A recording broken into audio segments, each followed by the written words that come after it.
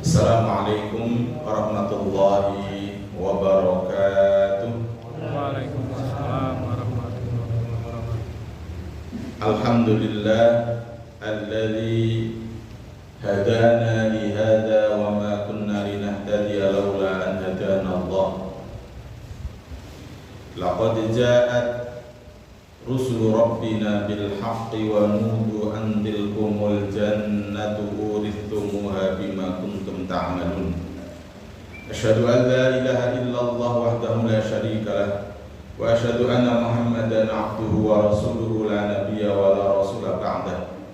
Allahumma shalli wa sallim ala habibina wa syafi'ina wa qurrati a'yunina wa maulana Muhammadin sallallahu alaihi wasallam wa ala alihi wa ashabihi ajma'in, amma ba'd. Bapak-bapak, ibu, kaum muslimin dan muslimat rahimani wa rahimakumullah.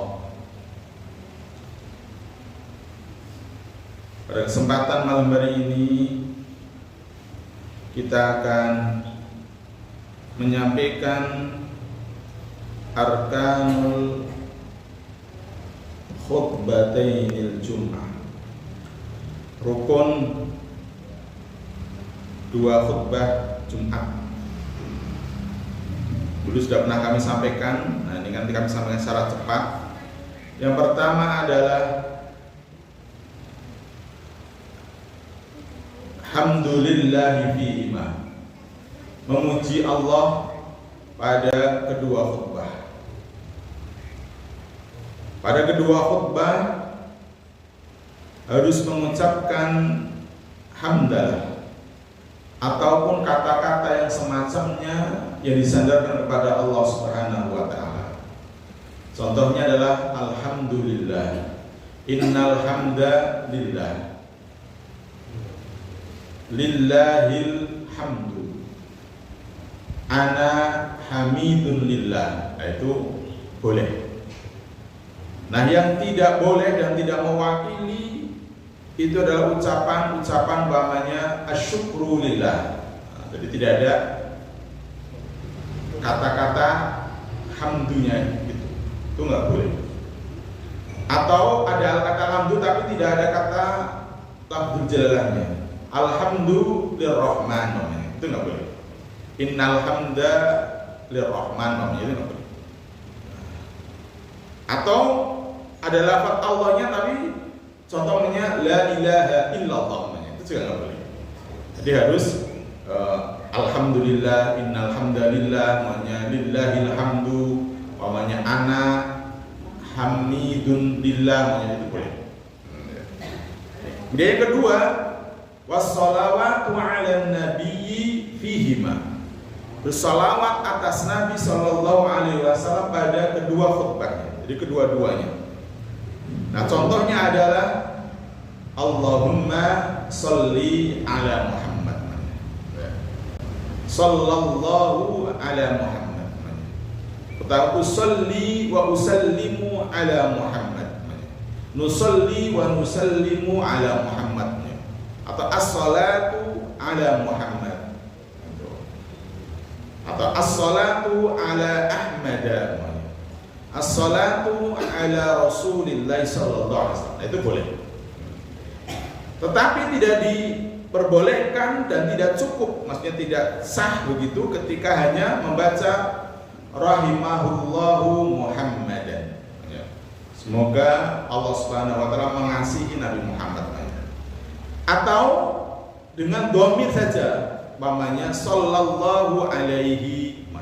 Itu sebenarnya artinya sama, tapi kalau tidak dhamir tidak cukup. Jadi harus dikatakan dengan nama Muhammad itu, atau Ahmad ala Rasul, atau nama yang lain, Al Mustafa, Abul Qasim dan seterusnya. Itu yang spesifik ke atas Nabi Muhammad sallallahu alaihi wasallam. Jadi pertama ada tahmid gitu ya.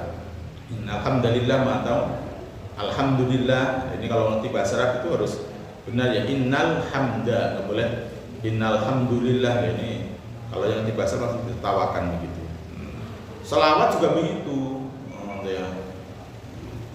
harus jelas. Termasuk kalau mamanya kita pakai ya nida, ya panggilan, ya Rasulullah, nggak boleh ya Rasulullah, ya Rasulillah. Ini kalau yang tahu bahasa Arab menertawakan ini. Artinya podo tapi salah, itu salah. Itu, kalau ya Rasulullah, gitu.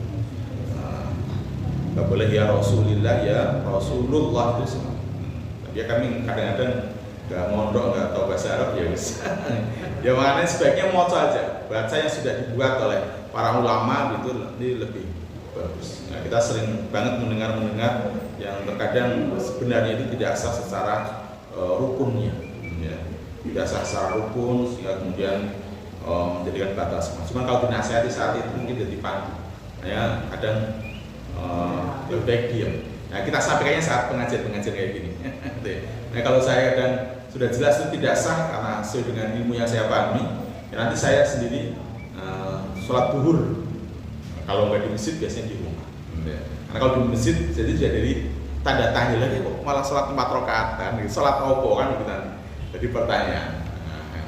Jadi ya kadang sholat sendiri di rumah, sholat duhur karena sholatnya tadi tidak sah. Karena khutbahnya tidak sah. Nah ini masalah. Kalau di SDIT dulu pernah saya langsung sampaikan karena beda ustadz-ustadznya kan salah tidak mungkin ribut seperti masyarakat pada umumnya. Nah itu baru saya kasih materi terkait dengan fikih khutbah Jumat. Nah termasuk pernah juga khutbah tetapi seperti orang pengajian. Di nopo boten bi, nah itu nanti jamaahnya kok ngomong bi, itu nanti jadi fakot lagot karena tidak boleh itu berbicara. Nah, itu ya. Kata ansit kita aja sudah tidak diperbolehkan. Apalagi konggi, boten dan seterusnya. Nah ini ya karena mohon maaf kadang khotibnya kurang paham. Makanya khotib itu harus paham, gitu ya, kait dengan syarat, rukun begitu termasuk ya fasih di dalam bahasa Arab. Karena di dalam mengucapkan bahasa Arab berbeda makhrajnya itu nanti akan mengubah makna. Kayak alhamdulillah baca alhamdu, nah itu kan udah beda. Alhamdulillah, alhamdu itu apalagi alhamdulillah itu parah lah. Ya, alhamdu itu kematian. Alhamdu puji, segala puji. Ya. Alamin itu sudah artinya alam semesta. Kalau alamin sakit artinya udah beda banget ya. Namanya alhamdulillahi rabbil alamin itu harus jelas panjang pendeknya juga begitu. Saya juga sering mendengar syahadat tidak betul. La ilaha illallah. Yang betul lah gitu. Tapi kadang ada yang mengucapkan la ilaha illallah. Nah, itu beda jauh. Ya. Illa itu artinya kecuali, ila itu artinya kepada. Itu kan adoh banget. Gitu. Jadi parah itu maksudnya. Artinya sudah sangat jauh dan jauhnya jauh banget itu sudah. Jadi ada tasdid dengan tidak ada tasdid, panjang dengan pendek, apalagi kalau merubah harokat itu sudah jauh artinya. Kemudian apalagi juga merubah makhorijul huruf itu sudah berbeda. Ha, kho itu sudah berbeda. Husnu dengan husnu berbeda. Kalau pakai ha, husnul khotimah artinya baik penghujungnya. Mudah-mudahan nikahnya dalam kondisi yang husnul khotimah. Tapi kalau pakai kho, husnul khotimah sebaliknya buruk. Ya. Jadi kita doakan mudah-mudahan menikah dalam kondisi yang sangat buruk. Hanya dipakai kalau pakai kho, husnul khotimah. Nah, ini juga kata-kata dalam bahasa Arab harus jelas. Ini contoh-contoh saja. Nah, makanya harus orang yang paham. Makanya kalau di Saudi mesti dijedok sing khotbah di Masjidil Haram, berarti imamnya itu yang khotbah itu, tidak diganti-ganti yang lain. Masjid Nabawi juga begitu, hanya satu itu. Walaupun ada profesor doktor yang lain begitu. Karena memang ditunjuk yang saya itu paling dianggap paling bagus. Ilmu agamanya, fikihnya, akidahnya, Qur'annya dan seterusnya. Ya, ini memang di beberapa masalah kita memang karena belum paham, ya sudah mengenai belum paham ya serah pokok. Dan Allah maafkan, Allah ampun. Tapi kalau sudah ngaji-ngaji kayak gini, sedikit demi sedikit kita terapkan ya. Jangan sampai sama saja ngaji tidak ada perubahan. Kalau di pondok-pondok ya kiainya itu yang menjadi imam, yang menjadi khotib dan seterusnya. Karena memang dianggap yang paling ya tadi paling faqih, paling paham ilmu fikihnya, paling alim gitu, yang paling pintar gitu, paling bagus Qur'annya dan sebagainya.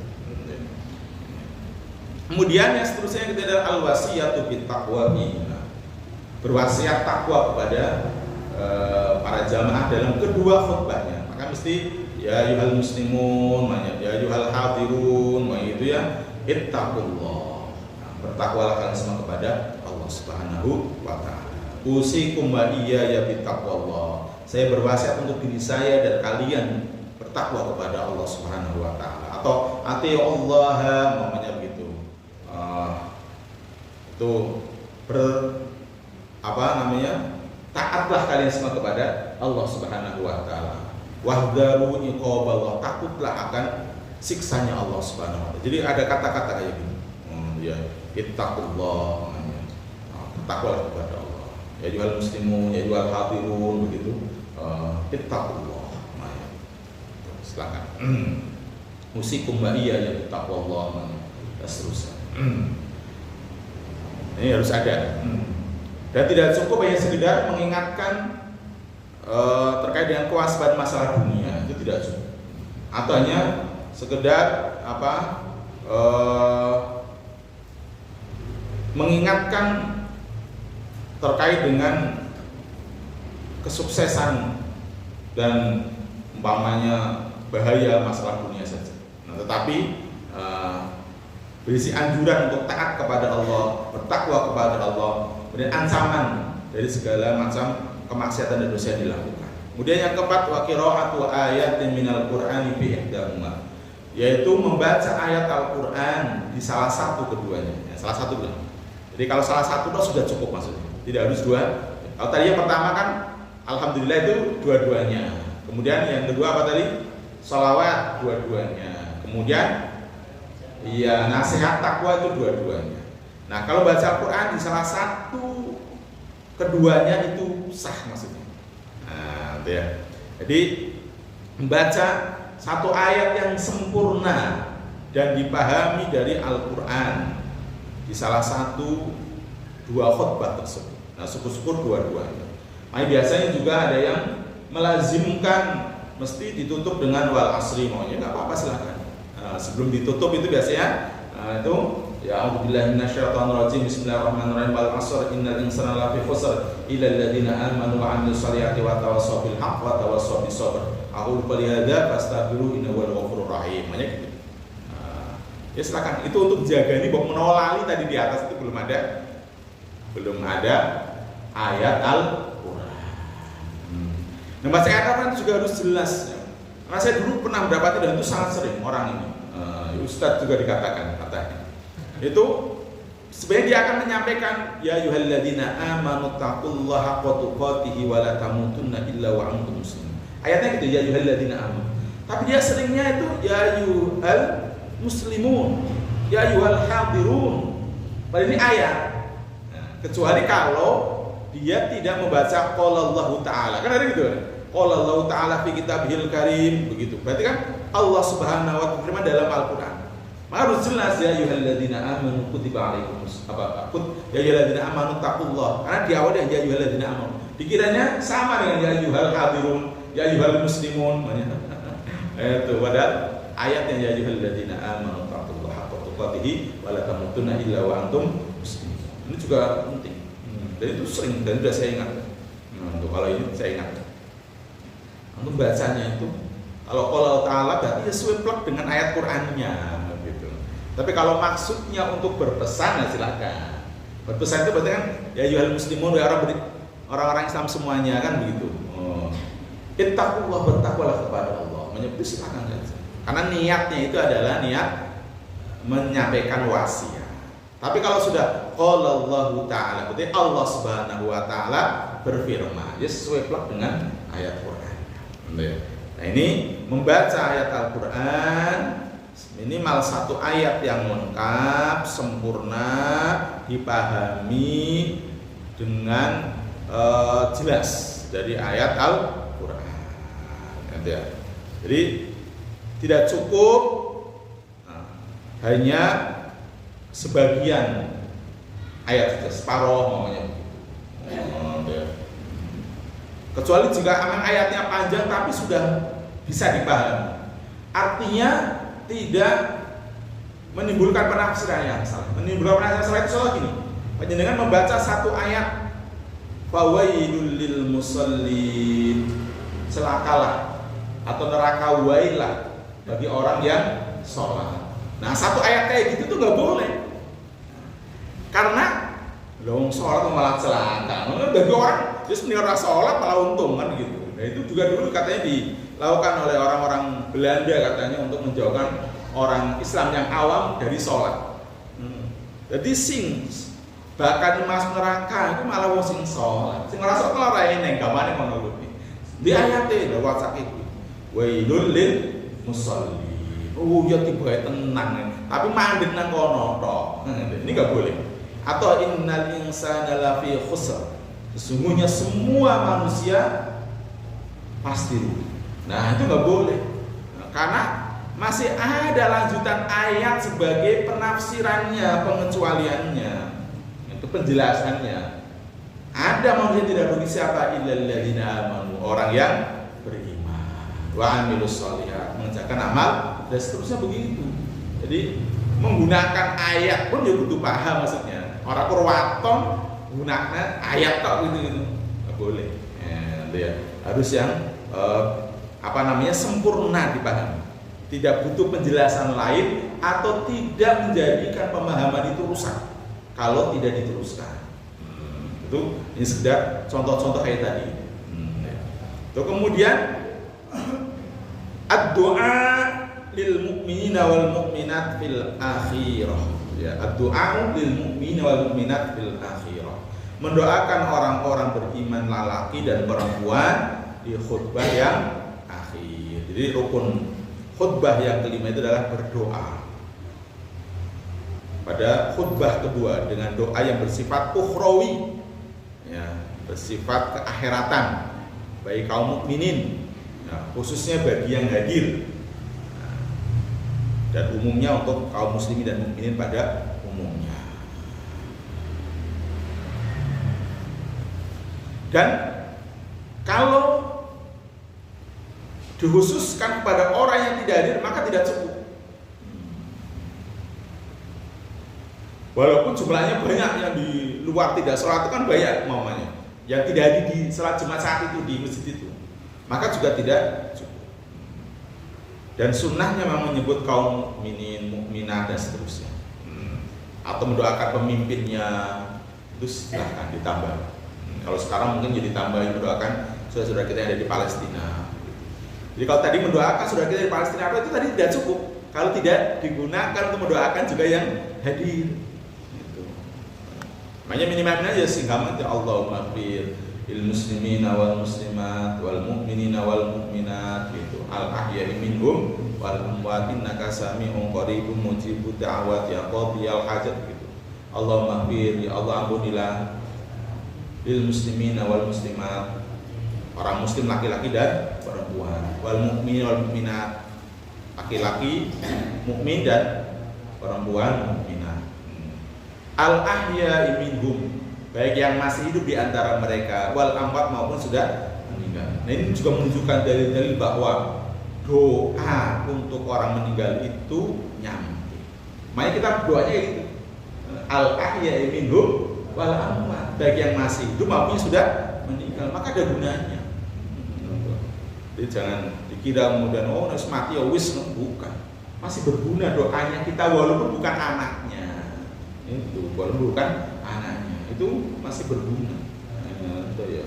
Makanya ketika kita doakan ada orang mati jangan gitu. Allahumma fir li hayyina wa mayyitina, ya Allah ampunilah di antara kami yang masih hidup maupun yang sudah meninggal. Wa syahidina wa ghaibina, yang sekarang hadir maupun yang tidak hadir. Wa dzakarina wa untana, baik yang laki-laki maupun yang perempuan. wa kabirina wa sohirina, baik yang besar maupun yang kecil. Itu kan dalam doanya kan gitu. Kalau mendoakan apa namanya, ada upacara jenazah akan diberangkatkan gitu. Tapi kadang yang nggak paham ya sudah sebenarnya, malah kadang ya wis dongake wong tuane dhewe to, Rabbi firli wali walidayya warhamhuma kama rabbayani shaghira. Nah, kalau dalam kitab fikih itu nggak boleh itu. Apa dimintai tolong mendoakan malah dongake wong tuane dhewe. Sing nyangoni malah dongake. Sing ngai berkat malah dongake itu nggak boleh itu. Ya cuma kan karena orang ngerti artinya ya samin wae kan, penting kan ngono kuwi. Iya, betul itu kalau di sana dikaji. Ya, harus domirnya domir nahnu, kami. Minimalnya gitu. Syukur-syukur dikhususkan tadi yang muda. Allahumma firli siapa fulan siapa kan begitu. Karena awake dhewe diundang kondongake. Mungkin sebagian kadang disangoni minimal kan maem kayak berkah, kan? Ya kan untuk kondongake yang undangannya khusus jelas memang. Kondongake tadi siapa namanya. Makanya kita doakan jangan sampai kok tidak ada kata-kata atau kalimat yang untuk mendoakan yang mengundang tadi atau yang dikhususkan tadi untuk siapa. Cuman karena ya apalagi doa kuwi tok masalahnya. Kur ngono kuwi urung karuan apal artinya umpamanya kan ya wis musibah ini emang masalah. Yes, apa namanya wong sing ngerti ya kan Allah ampuni. Tapi kalau yang paham enggak boleh. Itu namanya apa namanya? Berkhianat. Ya, berkhianat terhadap amanah yang diberikan tadi. Jadi penting. Jadi orang kurwaton wis iso apa biasanya donga kayak iso, tapi kan itu donga isi donga kayak apa artinya apa dan termasuk yo saat itu acaranya apa. Yang kematian ya mungkin jadi Allahumma fir siapa warhamhu atau warham dan seterusnya gitu. Nah, dua yang meninggal ya Allahumma fir lahuma warhamhuma dan itu ya seterusnya. Kalau banyak ya Allahumma fir lahum warhamhum wa'afihim wa'fu dan seterusnya itu. Itu tergantung yang mau doakan. Kemudian nanti ini acaranya akikoh mungkin walimatul akikoh ya doa untuk kebaikan anaknya mungkin, kemudian orang tuanya yang agar sanggup nanti mendidik anaknya yang didoakan itu kan begitu. Doa pengantin ya berarti doa untuk pengantinnya keberkahan gitu kan. Barakallahu laka itu Allahumma barik lahuma wa baraka alaihima wa jama'a bainihima bi khair. Doakan punya anak yang keturunan yang selalu marzuquma dzurriyyatan thayyibah innaka sami'ud du'a. Allahumma marzuquma rizqan halalan thayyiban dan seterusnya begitu ya Allah berikan rezeki kepada keduanya, rezeki yang halal yang barokah dan seterusnya kan begitu. Jadi ora podo terus maksudnya ya. Nah sekarang anak ya podo kan ndonga mati ndonga ke sapa nek sapa ya wis podo wae gitu ya. Ya sing ringoke kan orang itu ya amin gitu. Sing ngerti ya tadi mungkin tidak mengaminkan ya menang wae. Nah ini ada 5 apa namanya rukunnya. Dan rukun itu berarti harus ada. Karena kalau tidak ada maka tidak sah ibadah tersebut. Ya kalau rukun itu harus ada. Kalau tidak ada maka tidak sah. Baik karena lupa apalagi sengaja. Jadi ya kalau khutbah sebaiknya ditulis minimal rukun-rukunnya itu. Nah setelah itu silahkan mau menyampaikan apa, itu nggak apa-apa. Kemudian kalau syaratnya itu ada kalau di kitab Safinah itu ada 10, tapi sebenarnya kalau di yang lainnya ada 13 ya ditambah. Jadi syurutul khutbataini asyara. Syarat 2 khutbah itu ada 10, tapi nanti di kitab yang ada 13. At-taharatu anil hadatsaini al-aswadi wal akbar, yaitu apa namanya? Syarat pertama adalah suci. Khatib itu harus suci dari hadas kecil dan hadas besar. Apabila dia berhadas di tengah-tengah ketika menyampaikan khutbahnya, maka segera dia berhenti khutbahnya, ambil air wudhu dan ulangi lagi khutbahnya. Nah, ini juga kan jarang dilakukan. Gak tahu. Maju terus. Yang dosa berarti dianya. Kalau jamaah kan nggak tahu. Dia ternyata kentut mamanya begitu. Maka berhenti, kemudian setelah ambil air wudhu, kemudian naik lagi mulainya dari awal. Jadi kalau mamanya kok khutbah kedua mau rangkum jangan-jangan tapi kentut ya hentikan itu sudah. Ya kayak kita sholat itu Arab salam kentut ya mulai dari nol lagi. Bukan Arab kentut Arab salam kentut berarti kita mulai dari tahiyat aja ya nggak boleh. Wong itu batal masalahnya kan tidak asal dari awal itu. Itu tidak dianggap. Maka mulai lagi dari awal. Nah gitu. Ya. Nah beda kalau pada saat imamnya sholat berarti sholatnya saja. Tidak perlu diulangi dari khutbahnya.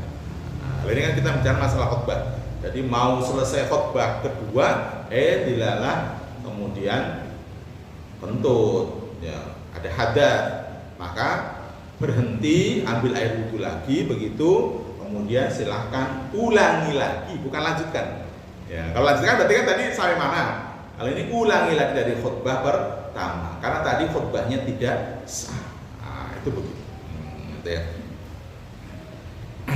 Kemudian kalau mamanya tadi sudah cukup lama begitu, maka khutbahnya singkat saja. Rukun-rukun dok maksudnya. Kan tadi subuh setengah jam tiba kentut, mulai setengah jam kan piye nih ngono. Nanti untuk bijaksana. Silakan rukun-rukunnya saja. Rukun-rukunnya saja begitu, biar cepat mungkin 2 atau 3 menit itu sudah selesai. Ya, gitu ya. Karena kan mesake jamaahnya tadi setengah jam bawa kentut gitu, terus kemudian batal, kemudian mulai lagi kodo meneh, diwaca meneh dari awal lagi itu kasihan. Gitu ya. Apalagi kalau mungkin di tempat-tempat pabrik, kantor-kantor yang mereka memang nanti harus segera masuk ke kantornya, ke pabriknya begitu. Makanya sebaiknya khutbah itu singkat. Justru yang lama itu apa? Sholat, bacaan sholat. Itu memang begitu memang. Ya, yang sunnahnya. Jadi tidak lebih lama khutbahnya daripada sholat. Nah, itu sunnahnya. Jadi kalau kita kan biasanya khutbah ngalor ngidul setengah jam, tiba-tiba pas sholat sangat sebentar. Jadi sunnahnya itu malah sebaliknya, khutbahnya singkat, nah sholatnya yang agak lama. Itu begitu. Ini agak lama berarti kudu maca sing dawa. Nah, masalahnya orang apal sing pendek-pendek ya sah saja sih sebenarnya. Cuman memang sunnahnya kan tadi khutbahnya singkat, sholatnya yang lama. Itu begitu. Nah, at-taharatu 'anil najasah. At-taharatu 'anil najasati fi thawbi wal badani wal makan. Suci dari najis pada bajunya, badannya maupun tempatnya. Jadi orang yang khatib harus dalam kondisi suci pakaian, badan dan tempatnya dari najis yang tidak dimaafkan. Kalau najis yang dimaafkan kan boleh. Umpamanya Islam itu darah yang sedikit, umpamanya ada nyamuk, kemudian diplekan sedikit itu namanya. Nah, itu berarti dimaafkan. Atau mungkin kita luka, budigen, garuk, keluar darah, kan najis itu darahnya, tapi kan sedikit. Dimaafkan. Ya, itu begitu. Kemudian satrul aurah, ya jelas khatib harus menutup aurat. Dan bisa menutup aurat juga pakai adab maksudnya. Kan aurat laki-laki itu dari pusar sampai lutut. Tapi ya orang cukup monoton maksudnya. Itu anak adab yang mau pakaian sing rapi, sing bagus ngono. Jangan-jangan ya sarungan, itu wudile ketutup sampai bawah tutup, tapi orang nggak baju kan ya orang patut. Ini ada kalau ini, janjiannya sah secara hukum pikir, tapi kan jamaahnya mesti wong iya setelah sekolah khotbah kan begitu ya. Itu jadi adabnya tetap dipakai, pakai pakaian yang terbaik, yang harum, yang ngapi. Tapi kalau syaratnya tadi menutup aurat, gitu ya. Menutup aurat laki-laki itu dari pusar sampai lutut. Tapi ini imam, namanya khotib, itu kan insya Allah sekarang ya enggak ada kesulitan seperti zaman dahulu. Mungkin kalau bapak-bapak yang sepuh-sepuh, entah si topo dan yang lainnya mungkin barangkali dulu pernah mengalami kesulitan terkait masalah pakaian. Dengan sing nganggo jadi karung boni dan selesai gitu ya. Zaman dahulu itu. Pasar banget ngono wis produk apik.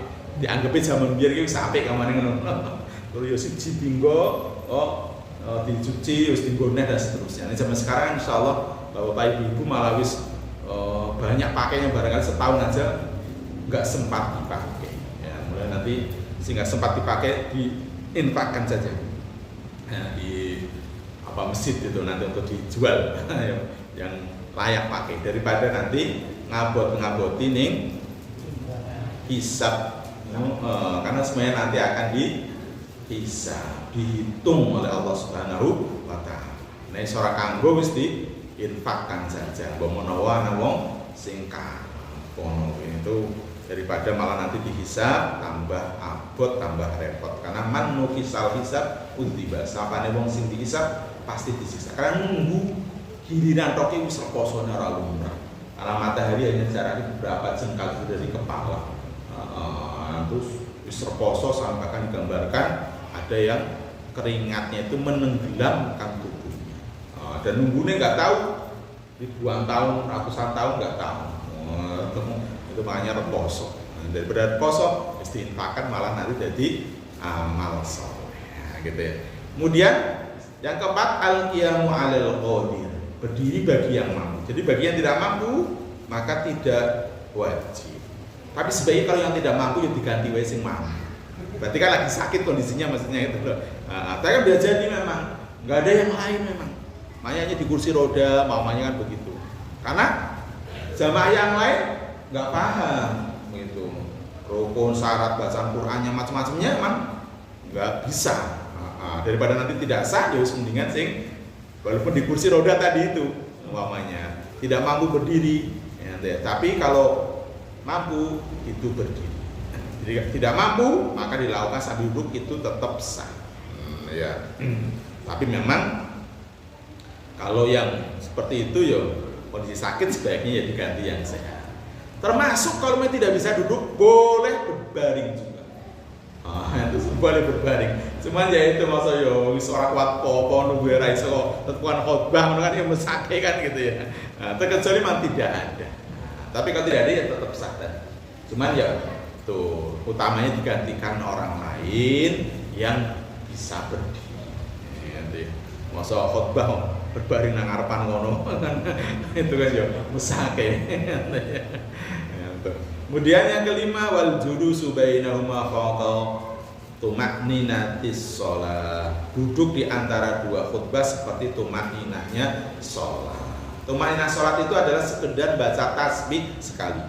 Makanya kata subhanallah itu satu sekali, itu sudah dikatakan tumakninah.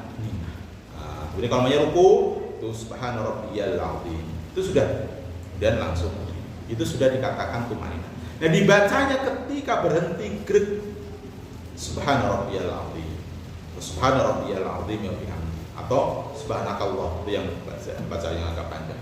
Itu kalau baca sekedar subhana rabbiyal azim berhenti itu sudah dikatakan tumakninah satu kali. Ya, maka silakan itu sudah cukup bagi khotib duduk, itu sudah cukup. Jadi kalaupun sholat panjenengan juga jangan bergerak karo moco, biar langsung jedit meneh itu enggak. Itu namanya belum tumakninah. Itu namanya itu berhenti baca satu minimal tasbih, kemudian baru sami Allah atau Allah pada selesai. Itu baru dikatakan tumakninah. Jadi jangan lagi bergerak baca, sehingga begitu nyampe selesai bacanya langsung, itu belum dikatakan tumakninah. Nah termasuk khotib dia duduk gerak, ya berhentinya sekedar tadi membaca tasbih sekali, subhanallah. Kemudian dia berdiri lagi, mamanya itu sudah dikatakan tumakninah. Nah, yang paling sempurna itu sekedar baca surat Al-Ikhlas. Qul huwallahu ahad, Allahus samad, lam yalid wa lam yulad wa lam yakul lahu kufuwan ahad. Ini berapa menit tuh? 5 menit mungkin, 5 menit, 5 detik, 5 menit. 5 detik atau berapa detik? Ya, duduk sebentar. Itu. Nah, seandainya kau tidak duduk, maka dikatakan khutbahnya baru sekali, walaupun tadi dibaca seperti khutbah kedua, kecuali memang bagi yang tidak bisa duduk, maka dia diam sejenak. Tadi sekitar yang membaca surat Al-Ikhlas, diam sejenak, karena memang dia tidak bisa duduk kalau itu. Ya. Tapi kalau tidak duduk silahkan duduk. Kalau dia bisa duduk, kemudian dia tidak duduk, kemudian dia lanjut khutbah kedua, maka baru dikatakan satu khutbah. Nah, ini penting. Ya.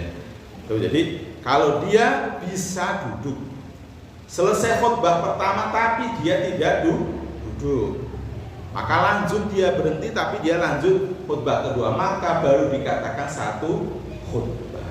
Nah, maka penting juga takmir masjid menyediakan tempat duduk, kursi, ya, itu ya, supaya nanti ketika khutbah selesai yang pertama dia bisa duduk di kursinya. Kursinya juga harus kuat. Nah, ini penting juga, nah, ada yang ada kejadian kursi plastik orang kuat, wonge lemu, lungguh tiba. Ini kan juga masalah. Nah, jadi memang ini juga perlu dipertimbangkan. Kursinya sing kuat kan, buku plastik, bawa apa intinya kuat gitu ya. Tapi karena ada begitu duduk lalu glek begitu, karena gemuk begitu besar, langsung patah gitu.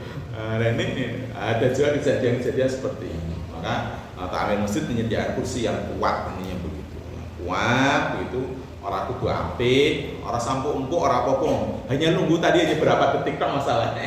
Mau kesuwen malah ngantuk, malah harus dapat khutbah kedua. Jadi sementing kuat, maksudnya sementing kuat begitu untuk menghindari hal-hal yang tadi tidak diinginkan. Karena berdiri lama ada kunang-kunang, biasanya kalau orang udah tua, apalagi gemuk, dan sebentar langsung duduk, tiba-tiba kok nggak kuat kaki kursinya semuanya, itu kan nanti malah fatal. Tuh. Kemudian wal muwalatu bainahuma, mualah tanpa diselingi apapun terus menerus antara keduanya. Jadi hanya di jeda duduk saja tadi. Jadi tidak diselingi ngobrol-ngobrol, ngopi-ngopi, tidak. Makanya juga ketika khutbah ya tidak disediakan minum di atas. Ya nanti aja ketika sudah salam selesai, sholat kan mau minum kan silakan, mau ngambil sudah selesai. Ya. Tapi ketika duduk di antara dua khutbah ya tidak kemudian ngobrol atau minum-minum, apalagi makan-makan, tidak. Atau mengingatkan dengan orang-orang dan sebagainya, enggak. Ya duduk sebentar, kemudian dia langsung khutbah lagi. Jadi tidak terlalu lama di antara duduk dua khutbah tadi itu, dengan pemisah yang tidak ada kaitannya dengan dua khutbah. Kemudian wal muwalatu bainahuma wa bainas shalah. Mualah yaitu terus menerus tanpa diselingi apapun, artinya tidak ada jeda yang lama antara khutbah kedua dengan sholat Jumat. Jadi setelah selesai khutbah kedua, kemudian muadzin qomat, ya sudah segera laksanakan sholat Jumat. Tidak perlu nasihat-nasihat yang lain dan seterusnya. Beda kalau hanya sekedar mengatur barisan boleh. Sawu sufakum baina tasawata sufu minta maaf sholat silakan, boleh saja. Jadi tidak diselingi yang lain yang lama, apalagi kayak ceramah lagi boleh. Wa antakuna bil arabiyah, khutbah itu diucapkan dengan bahasa Arab. Walaupun yang mendengarkan bukan orang Arab dan tidak paham bahasa Arab. Nah, minimal rukun-rukunnya. Minimal rukun-rukunnya. Setelah nasihat-nasihatnya boleh nanti ya dengan bahasa daerah masing-masing. Kayak kita pakai bahasa Indonesia, pakai bahasa Jawa silakan boleh saja. Tapi yang afdol memang menggunakan bahasa Arab. Walaupun jamaah orang ngerti atin. Nah, itu begitu. Makanya ada yang kenceng kayak gitu juga ada.